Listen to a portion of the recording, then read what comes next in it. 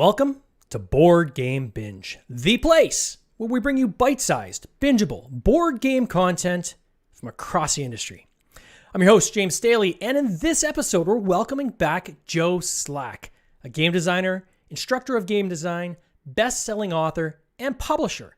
Today, he launched on Kickstarter Montalos Revenge, a follow-up expansion to a successfully funded game, Relics of Rajavihara. Joe, welcome back. How you doing, my friend?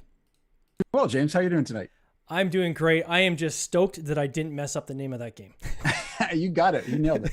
That's, I think, the first time in the history of every time we've talked that I've been able to actually get this proper name of this game out. So it's good to have you back, my friend. Thank you so much for joining us.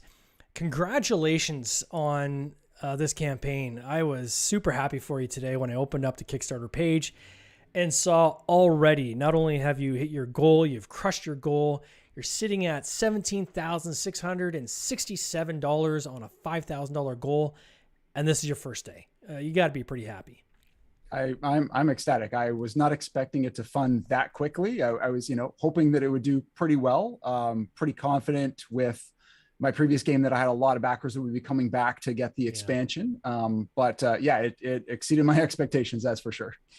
Yeah, and I think for a solo game, it's incredible, right? So, with most games you have, wide audience to hit where you've got really a very specific audience you're going after, right? So to be able to, do this well on your second iteration, I know you did, I think over 60, I was at like 65,000 on the first iteration, but to hit this already just speaks to, I think, not only the quality of this game and the interest of people coming back, but the emergence of solo variants of games, right? Now with COVID and us coming out of COVID, you're seeing more and more of people kind of looking for solo versions of games. So to have a game that's actually designed specifically for solo players, I think is just super cool.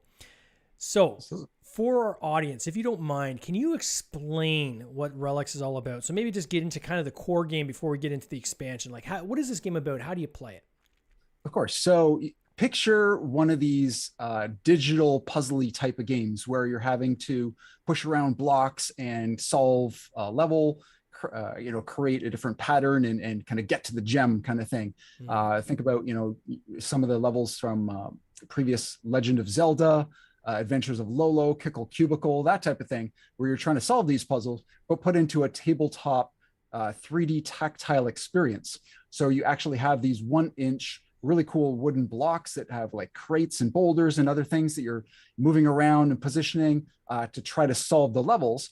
And just like a video game, you're progressing one level to the next until you beat a complete floor. Every floor has a kind of a nemesis, a kind of like a boss at the end, where you get the satisfaction of dropping a crate on them, but then they escape and get to the next level. And you have to do that through a progression of 5 floors, 50 levels total. And then once you're done that campaign, you open up another envelope, which opens up a whole new set of adventures that are completely replayable with all new, even more difficult challenges and some kind of build your own sandbox kind of levels as well. That's crazy. So let me just unpack this a bit. So and I've got some pictures I'm sharing on the screen for people who are watching in the playback. So these cubes are like the actual boxes. You're physically moving them around, right? So traditionally, like in an app or a digital format, you're kind of sliding the boxes and so forth. Where in this case, you're physically stacking the boxes, sliding them. I guess you have to follow certain rules as to what you can move and how you can move them. How are those rules kind of set up? Is it the same kind of, I guess, physics for all levels, or is there certain way, like is each level like indicate, okay, you can only move the boxes a certain way? Yeah, so every floor will introduce a new element. So the first one is crates. Mm-hmm. So crates you can pretty much push them around any way you like, but there's walls. It's an 8x5 grid. Mm-hmm. And once you get something pushed against a wall, it's stuck there. You can't pull it away from there. You can only slide it back and forth. And if you get into a corner, it's stuck. You're out of luck. So you have to be careful how you place things. But you can jump up on them. You can push them. If you got a stack of them, you can push one and all the rest will fall down. Those kind of mechanics. And then as you open the next box, you've got another element and it behaves a little differently. And then the next floor, another element, and it behaves a little differently than that. And they interact nicely with each other as you go through one floor to the next. So the first couple levels are kind of tutorial-like, kind of getting you into the flow of, here's how you do the moves, here's how you push things around. And then you learn certain tricks that you'll keep applying and altering and changing as you get more new elements all the way through. That's super cool. And then like I noticed like in some of the images I'm showing online here, you have like the classic physics where you can like push the bottom box if you're at the same level as the bottom box, but you can't like hit the one above it. So that would slide out, and I guess the other one would drop down with gravity and so forth, right? Yep. Now each of these floors, so how many is it? Is it kind of one puzzle per floor? Is that how that works? So there's 10 levels per floor. Oh, wow. So you've beat number 1 through 10, and then you advance to the next floor, and then you go through that 5 times, basically a progression of 50 levels in the base game. And then the expansion brings in 3 new caverns, which are kind of like the floors, and they each have 10 levels as well, and introduce some all new elements that are different than the blocks and allow you to do some things that you couldn't do in the original game. So I just want to make sure I understand this correctly. So there's 10 per floor, and there's 50 floors. No, five floors. 5 floors. Okay. 10 floors each. Yeah. I'm like 50 total. I'm like, 50 total. Where do you get all the time to do 500 levels? Yeah. All right. That's a lot. I got you. So 50, but still even 50 kind of puzzles is a lot of development. Like how long did it take you to put this together, Joe? Like this has got to take you forever.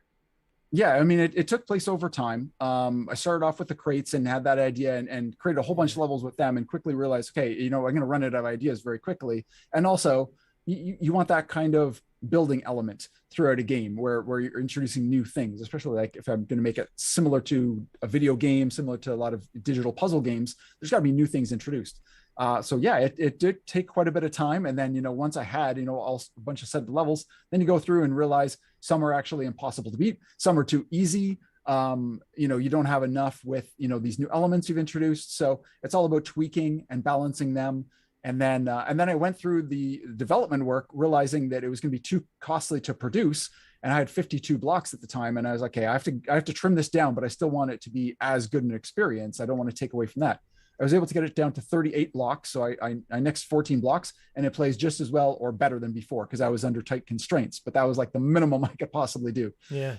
So yeah, there was a lot of extra development work, and then coming up with the bonus challenges where you have these different combinations and challenges. So rather than just getting the gem, now you have to get the gem, put out this fire, find the trap door, put these blocks in a certain pattern, that type of thing. So there was a lot more work in there. So it was hundreds of hours of developing the levels and getting them all right. And then getting them into an order that made sense too, where, one thing introduces the next and the challenge level goes up over time. So is this something you've kind of like picked away at then over the years? Just, imagine this is probably a couple years worth of planning. Yeah. Yeah. I'd say it was at least a couple of years. Yeah. Probably a couple of years from the concept to fully developing and breaks in between, working on other games and stuff, not doing it full time, but, keep coming back and just trying new levels and trying different things. Now you had said that people can create their own, they can create their own levels. Is that, or their own maps or their own puzzle? Yeah, once they complete the campaign, you'll open an envelope, and there's a couple different modes. There's an adventure mode where you're taking on these different challenges where instead of just one goal, you have multiple goals you have to try to reach, and the levels are all a little different, so you can't play them exactly the same. But then there's kind of a build your own level where you're drawing blocks and building your own level out and having to accomplish the goal of defeating your nemesis, one level after another, getting harder and harder. So it's all dependent on the blocks you draw and how you place them. So you have to figure out an arrangement. So you're kind of building level and solving the level right afterwards. Now, in terms of the community around this, I got to imagine that, people that are playing this game are probably wanting to kind of share thoughts with other people, not obviously giving away how to solve things, but is there like a community that you've built around this where people can look for tips, or maybe even if somebody's created their own level, they can put it up digitally and other people can try to solve it? Or Absolutely. Yeah. There's a Facebook group that's been pretty active with people, sharing their adventures through the game. And some people have, got stuck on some levels and have asked for help. And some people post things, saying, oh, there's a spoiler here. So, don't read this unless you really, are struggling, kind of thing. So people have been helping each other out with solutions to some of the levels, that kind of thing. And, I would always encourage, if anybody comes up with an idea for a level, I'd love to hear it. And, someday I'll probably, do some kind of contest or something like that where some fan-made levels maybe make it into the game, whether it's print and play or full-on version or something like that. I think that would be a really cool thing for the future. Yeah, that would be. It's almost like, it would almost become infinite at that point, right? Like you can take the components of the game and you have infinite puzzles being created by people and shared and so forth. This thing, because I think that would be the concern for some people, right? Is that once you've finished your 50 levels, then what? Do you give it to somebody else to play? Which often you do with puzzles. If you have a home, if you finish like a puzzle box or something like that, it's a lot of fun to solve it. And then once you solve it, then you hand it to somebody else and let them try to solve it and compare notes afterwards. But was that your intent? Like where did you kind of envision this at the beginning? Was it always meant to be kind of a finite game experience, or did you see it as something that could come with successive waves of content that could be used with the same components? Well, I definitely saw it originally as kind of like a start and an end, but with definitely the openings there for expansions, for new levels, introducing new mechanics and new components. Like basically, it's almost infinite, like you said, how many new things can be introduced in different setups of levels and that type of thing. But for the base game too, I didn't want people to have the feeling like they play the 50 levels and then they were done with it. So that's why I introduced the other challenges, which have all different combinations of things you can do, and then the build your own levels on top of that, and then coming up with the new ideas for the expansion too, to just keep it fresh and new and always changing.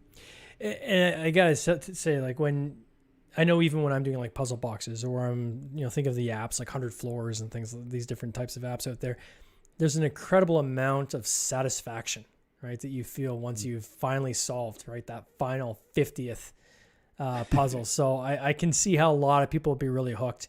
Can you take us through what's changed now for the expansion? So what does the expansion introduce now?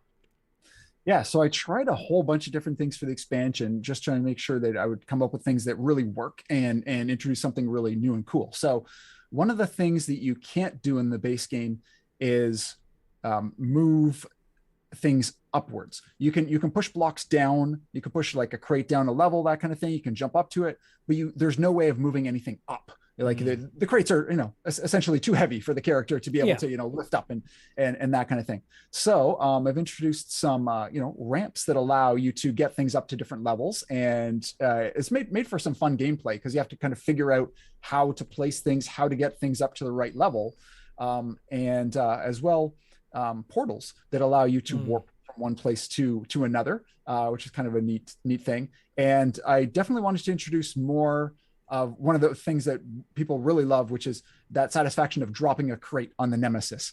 They're like, oh, I want more of that. I heard a lot of people saying that, like, that's the most fun part of that. So satisfying. Like, you beat that level, you just crush them. And so I introduced some other enemies that you have to face, that you have to take out with the crates. So you're going to be doing a lot more of that in the game too. So you'll have the satisfaction of completing the puzzles, dropping things on people, and doing some things that you couldn't do in the previous game that you might have been sitting there saying, oh, I wish I could only do that. That's cool. So it actually comes with additional components too, I guess, right? Like I can see on screen here, I'm showing people like the portals. There's these, is it green monsters, or what are the tall? Oh, those are snakes. So there's like snakes, cobras and things like that. Snakes. Why did it have to be snakes? That's awesome. So when I was looking at the components, I saw it said something like pressed wood. What's that mean? What do you mean by pressed wood? Oh yeah, so it's pressed or silk screen on the blocks. So rather than having blocks that have like stickers on them or something like that, okay, gotcha. Peel, it's silk screened or heat pressed, depending on like how you frame it. But the images are printed right on there, so the paint, the images, and everything, so they will not peel off. So they're like really strong, high quality. Yeah, certainly a premium. I mean, stickers are okay, but if you can get printing right onto the actual component, that's always going to make it look better. Yeah. I want to kind of mention this, and I said this right before we went on air, just because I was blown away by it. But the video, I want to give a shout out to, is it Kagan or Cajun? I can never say. Ori Kagan. Yeah. Yeah, from Kagan Productions. This intro video you have is probably one of the best Kickstarter videos I think I've ever seen. Oh, thanks. It is phenomenal. Is this? I know there's some artwork and so forth that he could carry forward from the previous campaign, but for people looking to create a Kickstarter campaign with a high quality video like that, how much time would it take, or should they expect their video production group to give them to create a video like this? Is this something where they need a couple months in advance, or? Well, yeah, you definitely want to be reaching out and trying to find out who you want to work with, checking out their videos, checking references, checking prices, and that kind of thing to see what's in your range, what you want to do months in advance. I would say, you probably want to be reaching out and trying to find somebody about 3 months before. Not that they need 3 months to create it, but if they're a really good creator, like Ori at Kagan Productions, Yeah. he has a backlog. He has a number of people he's already got lined up because people want to work with him. So you need to get in the queue. And you need to, get on board and provide a script and provide your assets, make sure all your art that you want for the video is all ready, for that person to take it and create that video. So yeah, you want to give them at least a few months lead time. And if they can get it done early too, the advantage is you can get that video and use it for ads. You can use a promotion, you can put it on YouTube, you can share with other people and just generate interest too. So if you can get it done a little early, that's an extra advantage as well. It definitely generates excitement, and we had him on the podcast actually, where him and his gang were talking with the tabletop animators.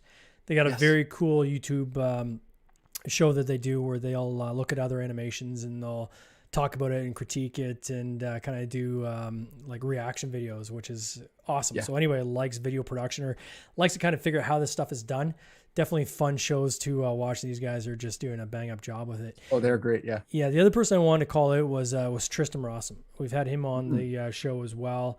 And he's your artist, right? On I guess your illustrator for this game. Yep. He did all the art, graphic design, everything, put it together. Did a great job. He did an amazing job. The artwork is just beautiful that you have on here. So just top notch all around. Is there any stretch goals or kind of how have you approached this campaign for, obviously you've got the base game, you've got the expansion. So somebody can get the expansion only. If they've already got the base game, they can get the base game if they don't want the expansion, or they can get them both as a all in package. Is there any other things that you've kind of got in your back pocket that you're going to pull at a later date, do you think, or? Yeah, so I give this a lot of thought because I know, stretch goals are something that a lot of people do look forward to and keep people coming back to the campaign and that type of thing. But I felt with an expansion, I could have just done, more levels and that kind of thing. But I didn't want to wear it out at the same time by just doing that as well. So instead of stretch goals, what I did was I just said, if you're backing the base game, you're going to get all the stretch goals that were already in the previous campaign. So you're going to get the 10 extra levels that I created. You're going to get the dual layered board. That was actually just an extra that I just wanted to include myself because it was a really great suggestion from a backer. Yeah. Upgraded components.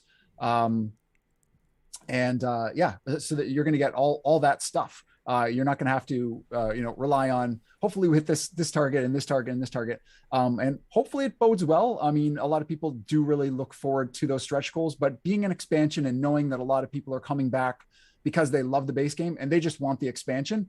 I'm hoping that, they're going to be happy with that. And you never know. I'm not against, any ideas that come out through the campaign and that type of thing. But right now I don't have anything planned for stretch goals. And I think there's different camps on this too, right? Because I'm starting to see a trend now in publishers who are starting to say, you know what, I'm not going to play the game of, building all these kind of fake levels in to get you up to kind of the game I want to produce. I'm just going to produce the game I want to produce, right? I want to give you the best possible game I can.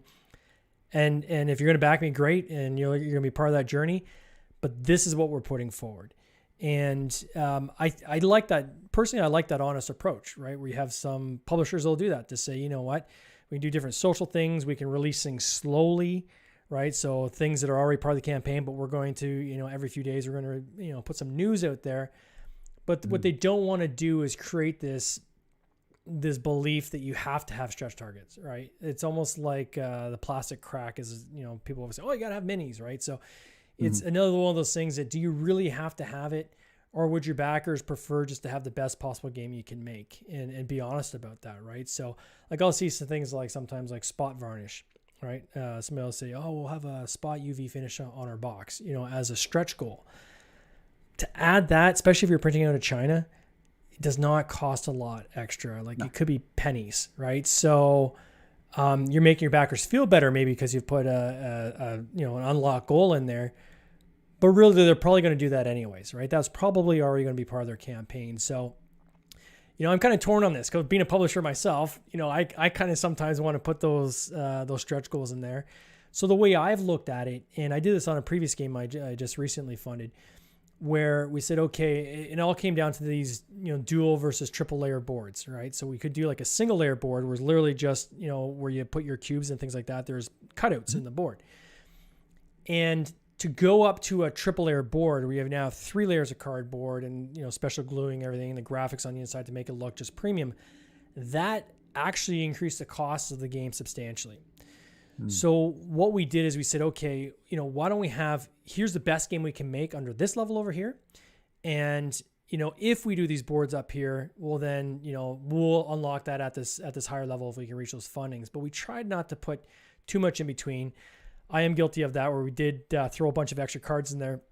Believe it or not, those cards weren't even intended initially. We put them in as stretch goals, and we hit the stretch goals, and it's like, now I got to redo. You got to make them and test them. Yeah, now I got to redo my instruction book, right? I got to do the artwork. All of a sudden, now my sheet size, I just messed up my sheet size. Like it's tough, right, as a publisher, because you get kind of caught up in, what else can I do? What else can I put in this game? And at some point, you have to step back and say, okay, what can I afford to do so I'm not just breaking even or losing money on this just to get the game out, right? So how have you seen solo games in general evolve over these past few years with COVID and everything? What's your perspective on that? Yeah, I mean, even before COVID, solo games were, really, really increasing in popularity. There's all these Facebook groups that are dedicated just to solo gamers. It's kind of funny. There's I think something like 25,000 people in a solo gaming group, all talking about their solo gaming experience with other people, which is kind of funny when you think about it. But I mean, not everybody can get out to, their gaming groups. Maybe you've moved somewhere and you don't know anybody. Maybe your spouse, your family's not as into games as you, and you just want to still have that same experience and you're missing it. Or maybe you used to play video games and you're getting tired of them and you want something a little different. Also for people that are really thoughtful when they play, and they take a lot of time and they don't want to slow down other people. You're the type of person that everybody's like, okay, are you done your turn yet? Yeah. Kind of thing. When you're playing solo, you can be as contemplative as you want. You can talk to yourself, well, if I could do this, then I can do this kind of thing. So it really, suits a lot of people to be able to do that. So this was growing well before COVID, and COVID has just really exacerbated that a lot. Having people, only having, a small number of people they could potentially play with. So I think a lot more people have explored solo gaming or have got more into that. And it's come to the point where if you got a game on Kickstarter or on the retail store, and it doesn't say 1 to however many players, some people are going to look at that and just be like, not going to buy it because I can't, play it by myself, whether they're going to play it multiplayer sometime and solo sometime or whatnot. But as a publisher and a creator, it can't be an afterthought.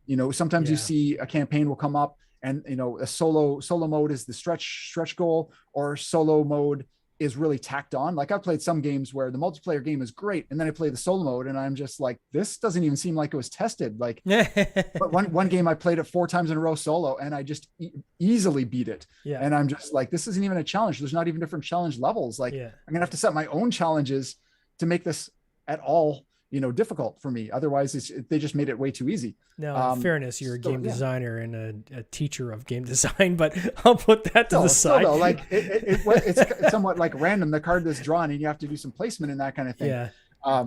So yeah, I mean, it's something that you have to be thinking of from the start. It can't be something that's like at the very end, like, oh, we should have come up with solo mode, and a week before, you're launching a Kickstarter, let's come up with something. Like, you really have to put some time and effort into it. Is it important to have solo modes, you think, on like regular games? Because in the past, you'd kind of have solo games and you'd have multiplayer games. And now we've seen this kind of Venn diagram where they're kind of merging now, right? Now you've got multiplayer games. Oh, and we have a solo version.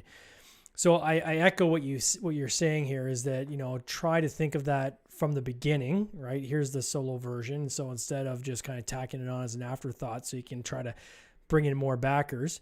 And I think it's a good strategy to do a solo version of your game so you can bring in that group. But is it necessary, do you think, in this environment? Like, is this something that people should really push for to try to have a solo version of their game, or do you think it matters? If it works with your game, I mean, you can't force it. There's going to be some games, if you got a game that has all sorts of negotiation and trading and things like that, or social deduction game, it's probably going to be very, very hard to come up with a solo version. If you can, fantastic. Yeah. But it could play very, very differently. It could be a completely different game at that point. But there's going to be a lot of cases where it's just not going to work. So it really comes down to your game and if it's going to work. Is there a way to play this solo that's going to be fun and engaging? Because, you know, gamers are also becoming very adept at looking at a game and seeing, is this solo mode going to actually work? Sure, it says 1 to 4 players, but how is the solo mode? Am I actually going to want to play it? Or is it just something they, you know, thrown together? Like they need to look at the rules and look at it and say, okay, the person that's creating this has really put some thought into this, as opposed to, oh, okay, it's just the regular player mode, but you're playing it two-handed or something like that. Or yeah, it just doesn't work. What's your thought on automa decks? I think they can work. Again, it depends on the game. Like if you look at Stonemaier games, they have like that's the way that they do it. Yeah. And it works really well for them. But I think if you're going to do that, it has to be simple enough that a player doesn't have to think too much about it. It's just more of, okay, the other player does this. They collect this resource, they take this away from you, that kind of thing. It has to be pretty straightforward and easy to play. You don't want to really make it feel like you're playing a whole second hand, like you're playing a game against a whole other player. It has to come together and feel like you're doing that without actually doing that. Yeah. So it has to be so that the player would be making choices that are reasonable, or taking away resources that would be reasonable if you're playing against another opponent. But it doesn't have to be in every game. There's lots of great other solo modes in games where that's not necessarily, you're just playing and trying to either beat a score or something like that. Like a game like Cartographers plays really well. Isle of Cats plays really well. It has more of an automa kind of thing, but Cartographers could play really well solo. You're just, taking the pieces, puzzling them in, and you're trying to beat a particular score. And if you do that, however well you do better than that, that's how well you've done. One thing that we've tried to do, and rightly or wrongly, is my belief is that if you can create a solo game using the same components, but not necessarily make it the exact same game that the multiplayers play, I think is fine. I think I'd prefer that. I'd prefer to have, okay, I've got these components in the box, and then here's now a solo game. So maybe traditionally it's something where you're battling another person, and then the solo variant is more of a puzzle using the same components. For me, I think that's a better approach, or what I like to go for, versus trying to shoehorn that initial play style into a solo mode. And what are your thoughts on that? Is that something that you'd like to see, or do you have different preferences? Yeah, well, you certainly can't force it. If it doesn't work, you tried something, or you just see it's not going to work playing it the exact same way. I think it's fine to do that. I think the big thing is to make people aware that the solo mode is going to be different. So it is going to be a different experience. And in that case, it might be, you might be wise to think about something like saying 2 to 4 players plus solo mode instead of 1 to 4 players. That might, give people the inkling that, okay, the solo mode is a little bit different. It's going to play a little differently. And just, if you're doing on Kickstarter or whatnot, maybe show off how the solo mode works differently. That would be what I would recommend.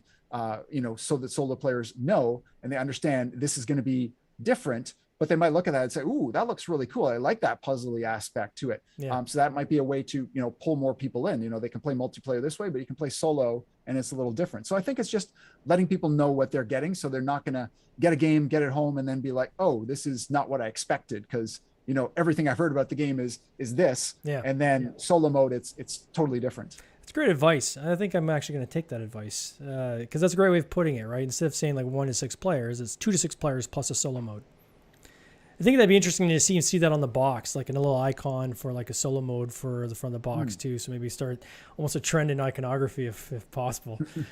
So what have you done on this campaign different than the past? Like what was the key learning you brought into this time around that you had the big change or thing you did differently to drive your success? For sure. So, this campaign is going to be very different than the first one because I had a lot of backers who really enjoyed the game and were kind of looking for more. They're like, oh, I want to play more levels and that kind of thing. So it is very much more focused on them. And I've definitely seen that on day one. The vast majority of backers are previous backers who came just for the expansion alone. So I've had to kind of split what I'm doing. There's kind of like two camps. Whereas with the first game, it was just, okay, if you're into like puzzly solo kind of games, this might be something you want to check out. Now I've had to kind of split it where, I'm kind of marketing and talking to my current backers of, the Relics of Rajavihara base game and saying, hey, here's some cool new stuff. If you like the game, you're going to love this as well. And then having to go to a completely different group and say, hey, this is something you may not have seen before, and attracting that audience. So one of the key learnings is I've had to kind of split my attention and see where it goes. And the first day has really told me kind of where it's going, but I think it's going to be a little different by the end. Like I said, the vast majority have come for the expansion, but I think at some point, all the people that want the expansion probably will have jumped on board. There will be some, late backers and that kind of thing, but I think most of the people who were excited about it got on board early.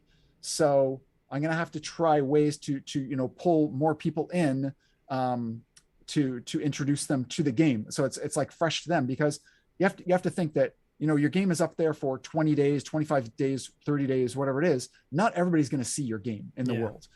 Some people will have seen it. Some people will have missed it and said, oh, they're kicking themselves because they missed it, that kind of thing. And other people still will never have heard of it. So there's always more audience you have to try to draw in. So, those are some of my key learnings about how to go about kind of marketing it. And I'm going to have to take my, results from the first couple of days and kind of see how I'm going to tweak that as well. Now, are you running like Facebook ads or anything like that on this, or? Yep. Yeah. Facebook ads has been one of my primary things. And do you manage it yourself, or do you use like a third-party group, or? Yeah, I managed it myself. Wow. It's always a learning curve. I've debated, whether or not to use a marketing company, and in the future, I may go ahead and do that. I mean, there's nothing wrong with doing that. It allows you to invest your time in the things that you do the best. Sure. But I have run some Facebook ad campaigns in the past for other projects and that type of thing. So I was comfortable enough running it. And I think with a marketing agency, I probably could get better results, but there's a cost that goes with that too. So it's a balance. Yeah. Usually a retainer and a percentage of what they bring in, for sure. Yeah. Depending on who you go with. Yeah. Yeah. So I know you're a busy guy and you're working on a lot of stuff all the time. What's the next game you got? I'm sure you got another game coming. What's next on deck? Yeah, I got lots of games in the works, but the one we're really excited about is it's called BBQ SOS, or barbecue sauce, depending on how you pronounce it. The name may change, but it's a polyomino Tetris-y type game where you're fighting with other people at a neighborhood grill. So basically been invited to a party and everybody's trying to show off, their barbecuing skills, I'm the best cook kind of thing. So it's a game about trying to be the king or queen of the grill by getting different food orders that are these Tetris-y type pieces of, you got like, steaks and ribs and vegetables and that type of thing. And you have to place them on the grill, but it's all one shared grill. So it's a polyomino game with one grill everybody's fighting for, and you have to cook them. And there's a time management thing where, people can adjust the knobs and that kind of thing. So it's going to cook at different times, and you have different times that everything has to cook. So you have to try to cook things to perfection, get them off the grill, but you only have 2 actions on your turn. So you're going to get things on there, take things off, baste, marinade, get things served, and try to get your points all while everybody's competing for this grill at the same time. So it's a fun little game we've been playing around with, and it's in a contest right now. We've been pitching it to publishers, so we'll see where it goes. I don't know if we're going to wind up publishing that ourselves. It just depends if another publisher shows some interest. That sounds awesome. How many players does it play?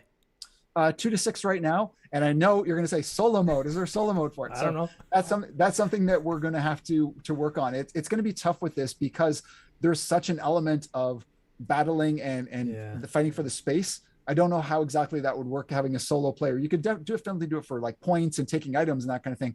But how is that going to work on the grill with other people placing it? How would that get placed to kind of block you off and that kind of thing? So that's something we're going to give more thought to as we continue to develop it. That's awesome. Well, Joe, this has been awesome. How do people follow you? Is there like one place they can go to kind of be part of your community, or how best do they do that?